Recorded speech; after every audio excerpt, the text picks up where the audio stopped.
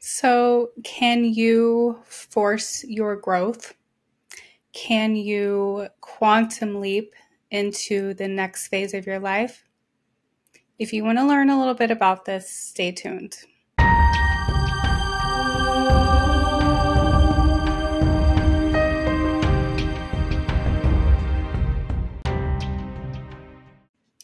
Welcome back. My name's Angie, and I'm your Soul Alignment Mentor, and I bring intuitive messages that I receive in my spirit to those who are on their spiritual journey of healing and growth.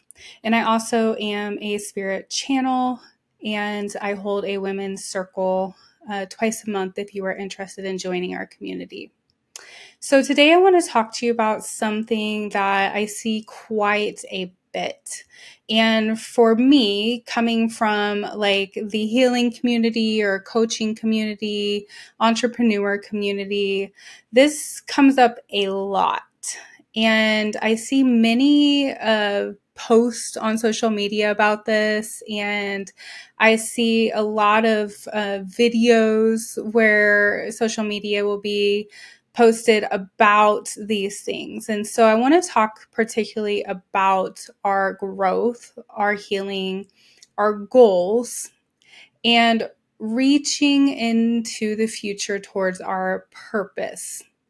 Here's one thing I will say before I jump into that. As far as our purpose, I know a lot of people seek to find, what is my life purpose? What am I supposed to do while I'm here on earth? What is it that I came to do during this lifetime?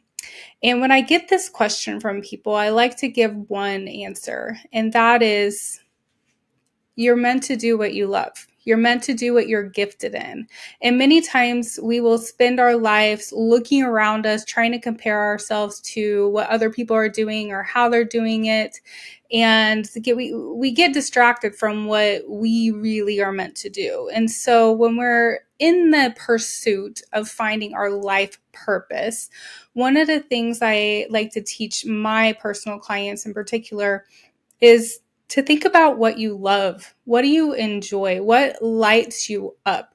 What are you excited to get up every day and do and learn about? What is something you could read books about every day? What is something that you could watch YouTube videos about every day?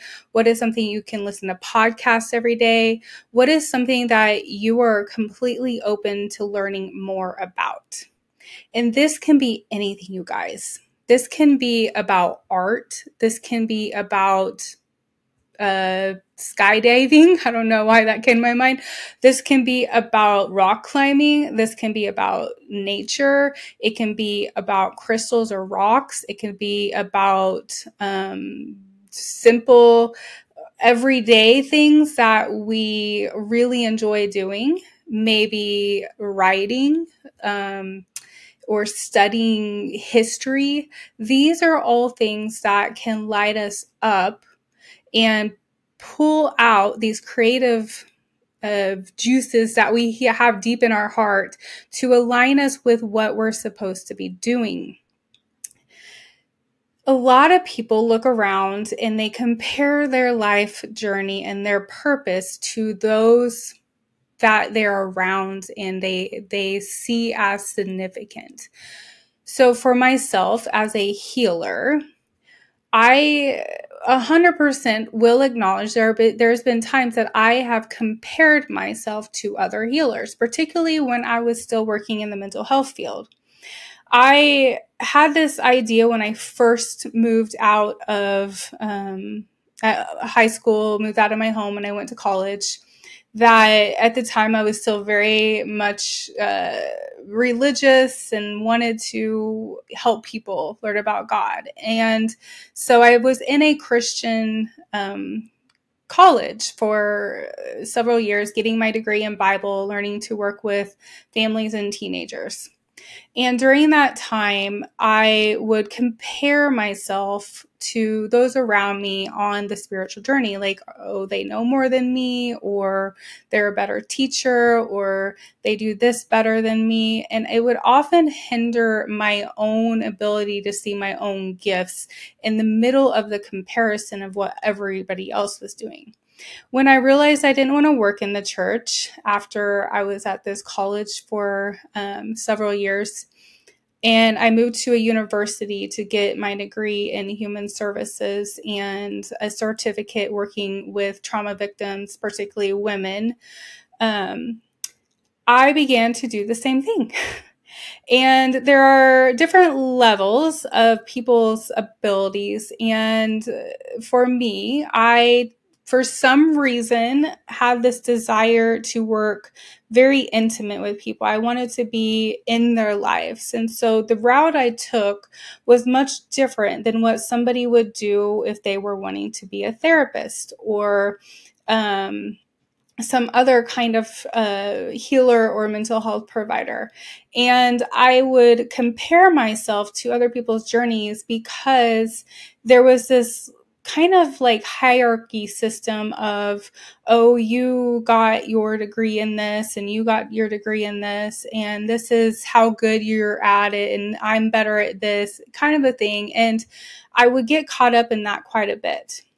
But the thing is when I always came back to my heart, the things that I desired, I always knew that I was doing exactly what I was meant to do, that I was meant to be more of a personal person in people's lives to help them to heal, to reconnect them to their truth, which at the time I didn't really understand because I was basing it on what I had been taught through my schooling and my trainings that I had to do within the mental health field. And so it was difficult for me many years as I compared myself to those around me to feel like I was good enough at what I did. And when I finally settled into the fact that I really did enjoy doing the more of a community work with people and meeting with families in their home, meeting with kids and children in the place where they felt most free, whether that be a playground or places like that, and worked on their healing in those settings, it felt more rewarding.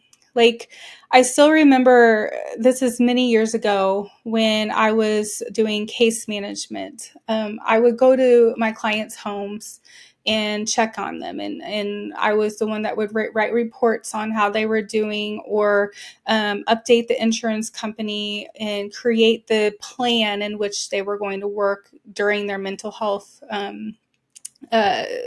program, and the way that they would work out their kind of their healing is how we would kind of label it in this setting. And so we would create treatment plans for them. And I remember this particular client that I really enjoyed working with. What was interesting when I was working in the mental health field, that is, there were these difficult families to work with that would go through several people because they would either fire them or they wouldn't like them, or something would go wrong between the provider and the family, and the mental health community that I was working for at the time would need to find somebody else to work with them. And I always ended up being that person because I was able to kind of move into their energy and understand them and on a whole new level than just being another provider in their lives. And I always got the compliment that I was different and I did things different, and which is interesting because I still hear that now that I do spiritual healing. But this particular family that I worked with, that was a single mom and a young boy that was struggling. And I would go and I would check in on them probably at least once a month. And each time I was there, we ended up having very deep conversations. And the boy's mom would open up to me about multiple things and sit and cry and tell me things. And as I listened and as I heard their stories, I would cry with them. Like, I just would feel this empathy and compassion for them. And in the middle of this, she turned to me one time and said, I've never been able to talk to anybody like I talk to you. I've never told anybody these things that have happened to me. And there's just something different about you. And here's why I share this story. It's because it is my gift.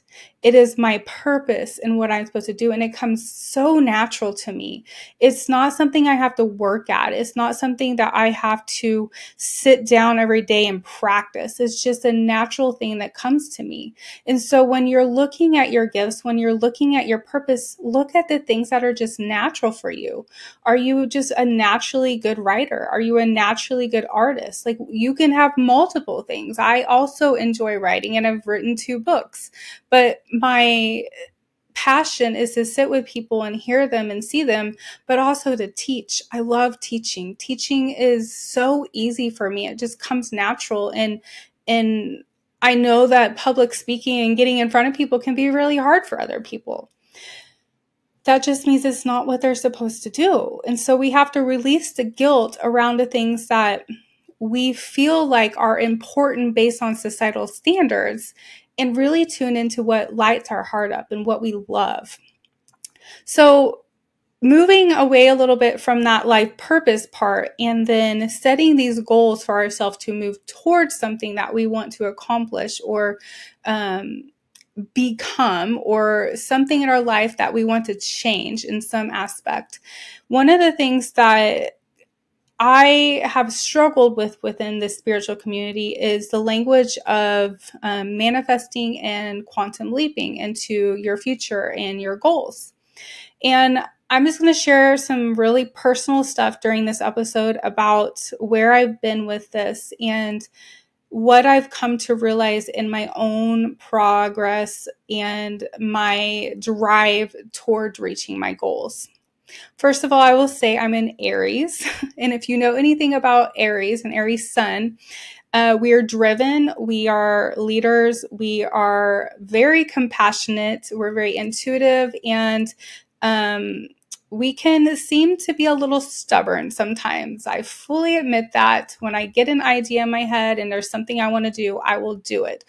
Or I will be impulsive and not think through something before I start doing something. But I also have some water in my chart, in my main chart, with my moon in my rising sign with Scorpio and Cancer. So there's where that intuitive, more of a calmer side comes in to help my fire calm down a little bit. Now, it doesn't necessarily matter what your astrology signs are when you're doing this, but keep in mind that your personality does play a part in how you move forward in things. So for me, I'm just a very driven person. I always have been. If I set a goal, I'm going to do it. It doesn't matter what happens around me. Once I get something in my head, I will accomplish it. It is very rare that I give up on something. And if I do give up on it, it means that I really didn't care in the first place. I think about many years ago, again, when I was in the mental health field, I had, for some odd reason, I set this goal to only eat vegetables for 30 days. And I remember people around me thinking, what in the world? Like, why would you do that? And I don't know. I just decided one day I'm just going to do this. And I did it. And I remember going to a party with some coworkers, and there were all kinds of meat trays and things around me. And I didn't even look at it. I didn't even touch it. And the people were inspired around me because I was so driven to do this. But that is my personality. And so somebody else's personality may be completely different when it comes to reaching their goals. But this is something I noticed about my personality in particular, and maybe this will resonate with other people. When I set a goal and I know I want to achieve it, I often focus so much on it that I try to force it to happen. I don't allow myself to get into an energy of flow and allowing and using the tools I already know work, such as meditation and calming the body, calming the mind, really coming into the energy of love and attracting things instead of chasing them. I will set the goal and I will work as hard as I can to reach it. And this is how we're programmed to be in society. This is what we're taught to do, is to set a goal and work hard to reach it. Now, reaching for a goal is not a bad thing. Working hard for it is not a bad thing. So I want to make that very clear that anything that you want to achieve in your life, you do have to, in a sense, work for it. But what I realized is, particularly in the last month or so, I have had this desire and goal in my mind for many, many, many months. And I've continued to see blocks being put up in the progress of reaching this goal. And I become so frustrated by the fact that I can't seem to ever get to the end of this goal that I desire. And I see it very close in the near future, but I can't seem to get to that place. And here's what I realized. I was comparing myself to those around me, and I was putting so much pressure on myself to achieve this goal I had set for myself because I told other people that I was going to do it. And I lost complete track in the progress of moving towards this goal, of why I was doing it and what kind of energy I had behind it. Now, here's what would happen if I reached the goal in this type of energy, in this forceful energy, in this controlled energy I've been trying to be in. When I reach it, I'm going to have to keep that same energy going to maintain the goal. I will have to continue to work that hard to make sure that that goal remains in place. And I guarantee you right now, I don't want to do that. Once I reach this end point of where I want to be and I step into that next season of being in that place, I don't want to work hard anymore. I don't want to have to keep up an energy that is exhausting and I cannot maintain for a long period of time. So I took some time over the last 3 days and I evaluated what is it that I'm feeling in this moment, because I kept feeling this frustration come up in me and this anger and this doubt, and a lot of shame came up in me. And as I explored this the last 3 days, I had done a healing session with somebody over the weekend, and it went really wonderful. It was a great session, and it was focused on, it was much like a hypno and focused on working with my subconscious. And what came out during this session was a lot of what I'm meant to do in this lifetime and what I'm supposed to be focusing on. And I realized after this session that all of my efforts that I've been focusing on were not those things. Another thing I realized during this session was we were supposed to go back in time and find locations in our past that we need to heal that might be blocking us in the current time. And I believe in this, you guys. I 100% believe in hypnotherapy. I believe in guided healing meditations. I believe in energy healing. I believe in manifestation. I believe in all of this. It works. I am proof. And I know other people that are proof that these things work.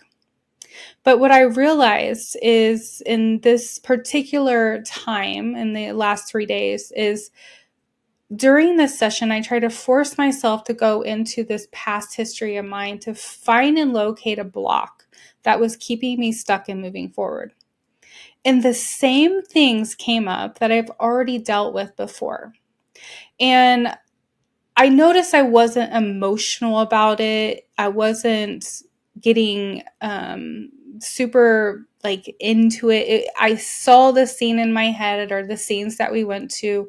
I felt the emotions. I knew exactly what was happening and why I felt the way I did. But I did notice that I had healed from these situations. And so I knew they were not the blocks that were keeping me from moving forward.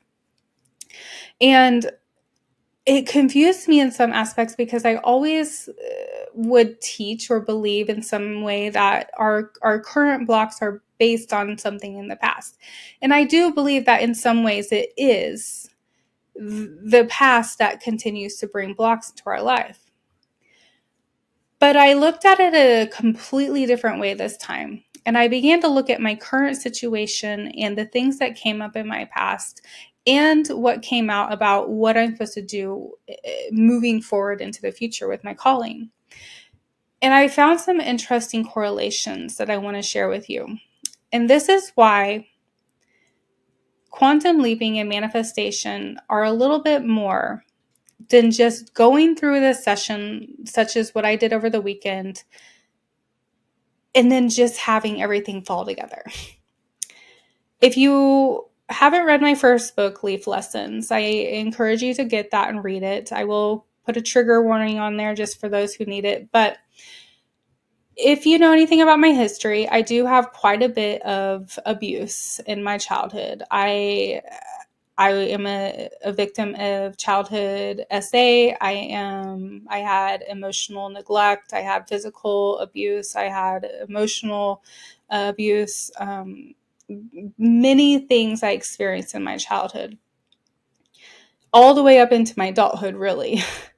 And I've done a ton of healing, and the story, the narrative of that part of my life no longer really controls my mind at this point. And I'm so very thankful for how far I've come. But when I took a look at things a little differently with my current situation and my history and my past, I began to realize that all the pressure I was putting on myself in the current moment to live up to a standard that I had placed on myself, or I felt others were placing on me because they wanted me to achieve something, or they were speaking something over me about, like, why don't you just do this? Why don't you do that? And, quit this, quit that. And I would try and I would do these things, but I would just feel stuck, or I'd just be so frustrated with myself that I couldn't actually get past this one thing. And as I looked at this deeper, I realized that I was creating shame in myself. I was shaming myself into my goal. I was trying to force myself so much into this next part of my life that I was causing myself to create cycles of shame inside of me, keeping me even more stuck, instead of just trusting and allowing and keeping myself in alignment with my true and highest self, which for me, I will always teach about love being that center.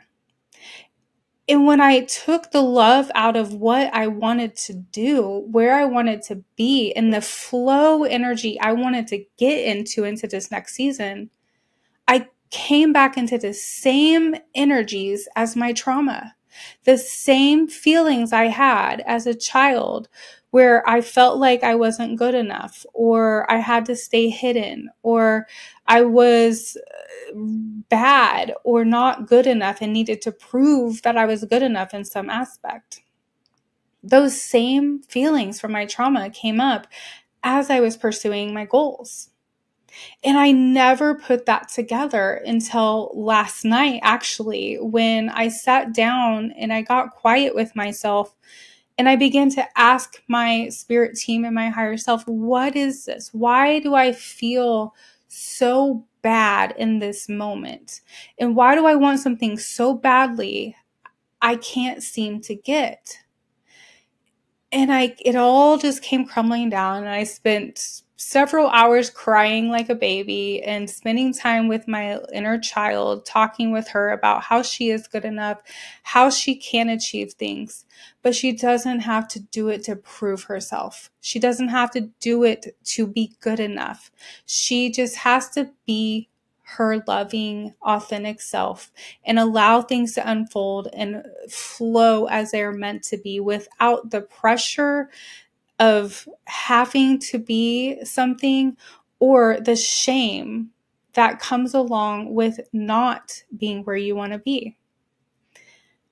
So when it comes to these things that some people might teach about quantum leaping and manifesting your future and stuff, the reason I say that these are not necessarily things that don't work, I want to share it from a perspective of a trauma victim, that when you have deep-seated trauma in your history, when you have that energetic system where your body has learned to protect you, where your body has learned to block things out or disassociate or cause you fear for the purpose of your own protection, it will do that even when you're trying to achieve something positive and good in your life.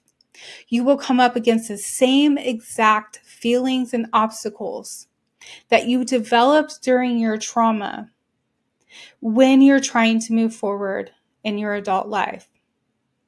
Now, if you haven't healed and you're working on a goal that maybe something that comes up in my mind is I hear quite a bit, particularly from women. I don't work with a lot of men at this point, but from women that really, really, really want a relationship with someone. They really want this relationship and they just put this pressure on themselves to find somebody and to be good enough for somebody and to force themselves to like somebody or to be around somebody. And what often happens if you're unhealed is you will continue to repeat unhealthy cycles with relationships.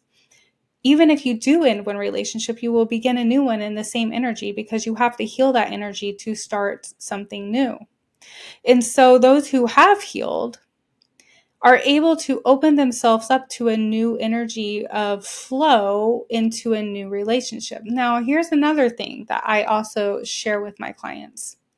Even if you're healed, even if you're in a new place where you're not doing something like that, finding aligned energy of a partner is not always easy, because I have come to understand that a lot of us that who are on our healing journey, who are light workers per se, or those who are healers or ones that are meant to be a part of bringing new energy into the earth, are usually not around others that are doing it. They're usually very alone in this process.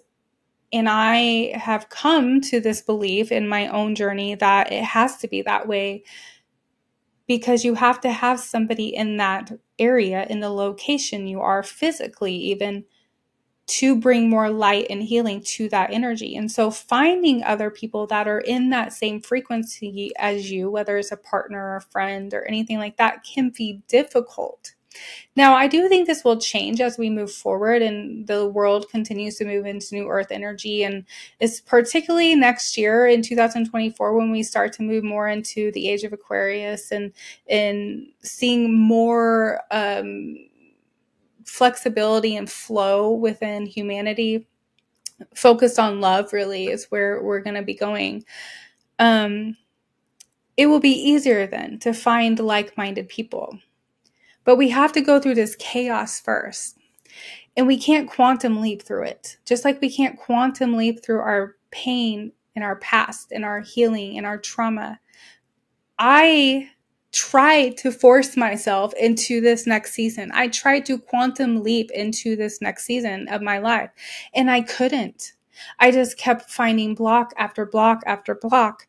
And I became so frustrated with myself that I wasn't making progress where I wanted to go, because I had so much pressure on myself to live up to this standard that I couldn't live up to, because it was still, part of me was still connected to that history and that energy of my past trauma. And my old energy was protecting me every time I tried to take the leap. It would pop right back up in some kind of way where fear would step up, or I'd feel paralyzed in some way, not like unable to focus and to get something out of me that I wanted to do. My focus would be on I would start one thing and then all of a sudden I'm doing something else in the kitchen. Like, all of these things were my body's energy, my ego's attempt to protect me from being unsafe, even if that next season is safe. But here's what is really important, and I will end on this because this is getting long, I know. Had I made it to this next season of my life, and I not recognize this current energy I'm in, I'd be carrying it with me into that next season. And I'd be just as frustrated once I reached the goal than I am, or I have been. I'm not now that I can see this, as I have been prior to achieving it. And this is why it's so important, you guys, to heal before you start doing the manifestation and the quantum leaps and putting all this pressure on yourself to reach some goal. Now, I'm not saying don't set goals, but understand that if it's something that's going to cause fear in you and it's going to force you into something that is unfamiliar, that feels really out of left field, and you're like, I can't believe I'm going to do this, which is what I have been trying to attempt to do. You can't do it in the old energy. You have to do it in aligned energy with your highest and true self. But you can, until you get to that point where you're ready to take that really big leap, set small goals and enjoy the process of reaching them. And understand it's all about the journey and not necessarily the destination. So take the pressure off yourself. Stop looking around to yourself and thinking, oh my gosh, I should be quantum leaping into this next season, or I should have manifested this already. It's not necessarily that you haven't already manifested or quantum leaped there.